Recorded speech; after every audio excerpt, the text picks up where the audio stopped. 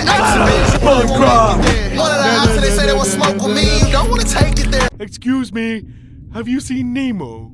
What's good with y'all boys, man? Today we're going to be talking about the legend of the Salt Witch of the Nebraska Plains. We could not find any information on this legend except for the fact that there were multiple tribes occupying the area described in the legend. The origin of the myth may have been lost in time because it was made by nomads and it's hard to track them down.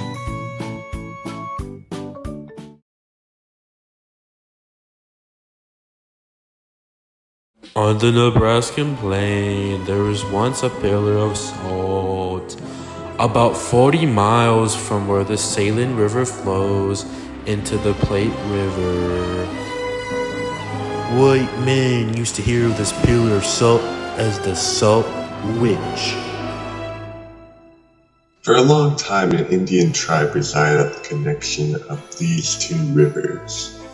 The chief of this tribe was a man who could only be described as a GIGSHOT.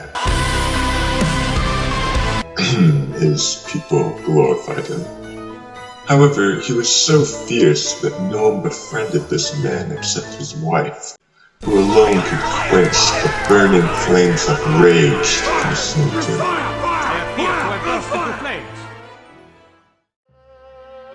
In all truth, on the day of the death of his wife, he became sad, lonely, depressed, and decided to hide himself from the outside world. This phase of his continued for some time. Eventually, the tribe felt like they had to choose a new chief. Some of these conversations must have been overheard, because one day, the man emerged from his tent in a full war dress. Stop right there!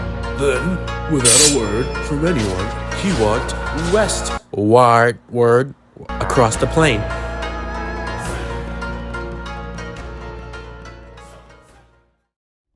Upon returning a month later, he was much more sociable and had an unusual experience to tell.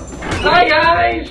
He showed off his prowess by presenting a lump of salt and some fresh scalp. What did you just say? He told some of his tribe boys that after traversing through the prairie for quite some time, he cast himself into the earth to sleep.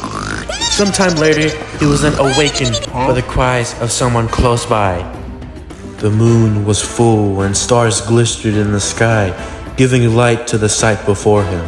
And then suddenly, out of nowhere, a hideous, horrible, disgusting, ugly old woman with a tomahawk held above the head of what looked like to be a defenseless young girl. What is that?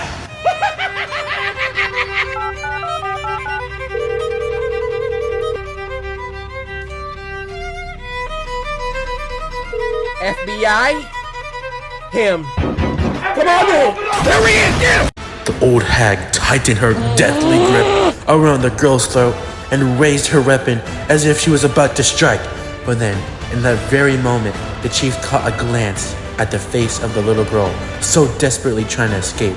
It was the face of his dead wife.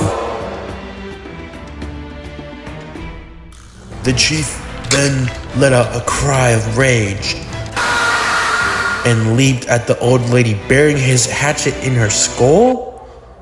Whoa, am I reading this right? Yo, you mind explaining this, Alex? We're just gonna roll with it. Okay, then I guess we can just roll with it. Where are we at? Oh. But before he could even touch his wife, the ground underneath him then opened. And both women disappeared. The only thing left was a pillar of salt, standing tall where the women once were.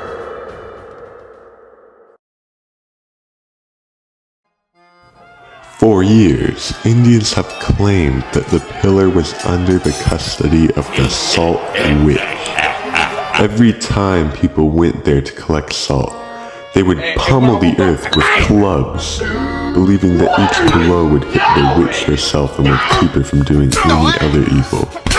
It is unknown whether this tradition is still kept today.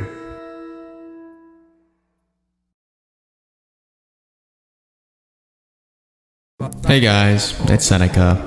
I'm gonna be doing the legend comparison for this group.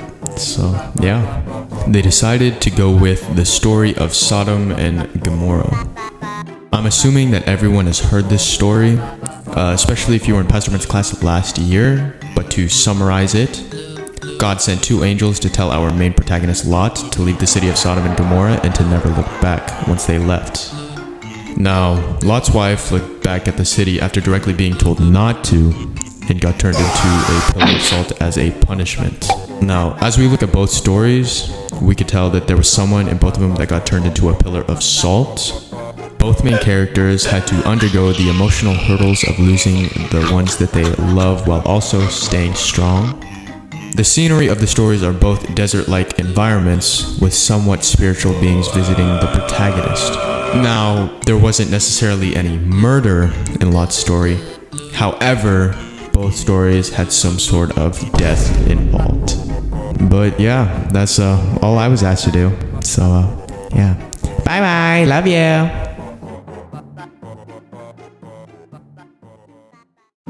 Hey guys, before we end this video, I forgot to mention the character archetype.